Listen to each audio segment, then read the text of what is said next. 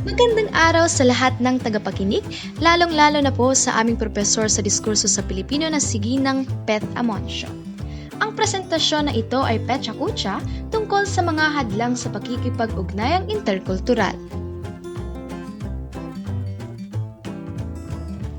Ngunit bago po tayo magsimula, ay ipapakilala ko po muna ang aming grupo. Ang aming grupo ay kinabibilangan ko po, Christine Caballero, kasama ni Nalike Darwin at Parinya Micaela.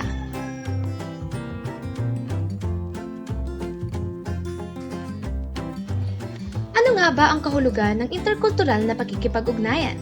Ito ang pakikipag-ugnayan sa pagitan ng mga individual o grupo mula sa magkaibang kultura na maaaring magdulot ng pag-unawa, pagtanggap at kooperasyon o di kaya'y hamon o pagtutol dahil sa mga pagkakaiba sa pananaw at pamantayan ng bawat kultura.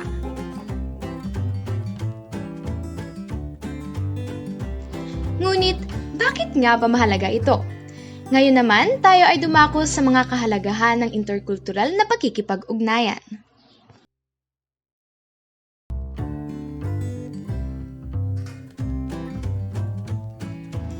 Unang-una sa lahat, ito ay mahalaga dahil pinapalawak nito ang ating pananaw. Nagbubukas ito ng mga pintuan sa iba't ibang pananaw at karanasan na siyang nagpapalawak ng kaalaman at pag-unawa natin sa iba't ibang kultura.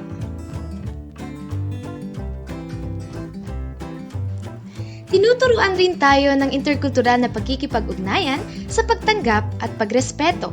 Nakakatulong ito sa pagpapalakas ng pagtanggap at paggalang natin sa kultura ng iba, na nagbibigay daan sa mas mainam na pakikisalamuha at ugnayan natin sa bawat isa.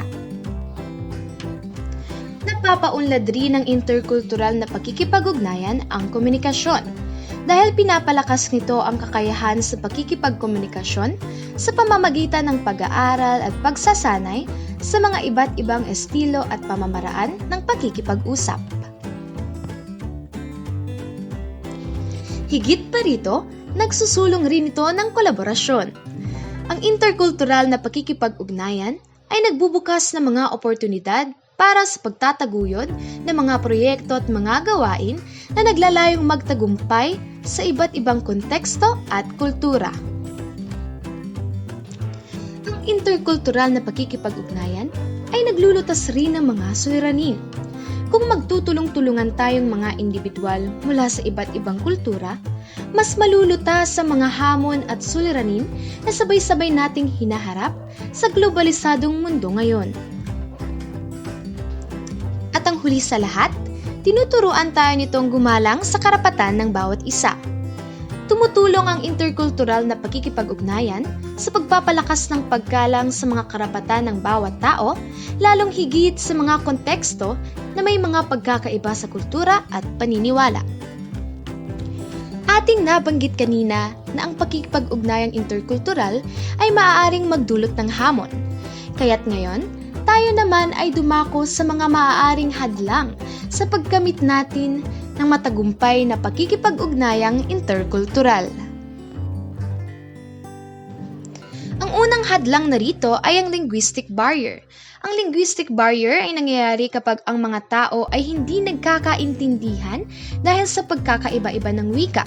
Ito ay maaaring mangyari kapag ika'y bago sa isang lugar. At nagiging hadlang ito sa komunikasyon at pagpapahayag ng kahulugan. Nariyan rin ang stereotyping. Ito ang pagtatatak ng mga tiyak na katangian o pag-uugali sa mga tao nang nakabatay lamang sa kanilang kultura. Isang halimbawa nito ay kahit nakatatak na sa ating mga Pilipino ang pagiging masipag, hindi naman posible na lahat ng mga Pilipino ay masisipag sa totoong buhay. Isang hadlang rin ang diskriminasyon. Ito ang pagtrato sa mga tao ng hindi pantay batay sa kanilang kultura o lahi. Ito ay nangyayari sa pamamagitan ng masasakit na salita, panlalait o di kaya'y paninira. Ito ay maaaring maging hadlang sa pagbuo ng masusing ugnayan at pagtanggap sa pagkakaiba-iba. Nariyan rin ang kakulangan sa paggalang. Ito ay nangyayari kapag ang mga tao ay hindi nagpapakita ng paggalang sa mga tradisyon, paniniwala at halaga ng ibang kultura. Ang kakulangan sa paggalang ay maaaring magdulot ng tensyon at hindi pagkakaunawaan. At sa panghuling bahagi ng aming presentasyon, tatalakayin naman natin ang mga halimbawa ng pagpapahusay ng interkultural na pakikipag-ugnayan upang mapagtagumpayan ang mga hadlang na nabanggit kanina.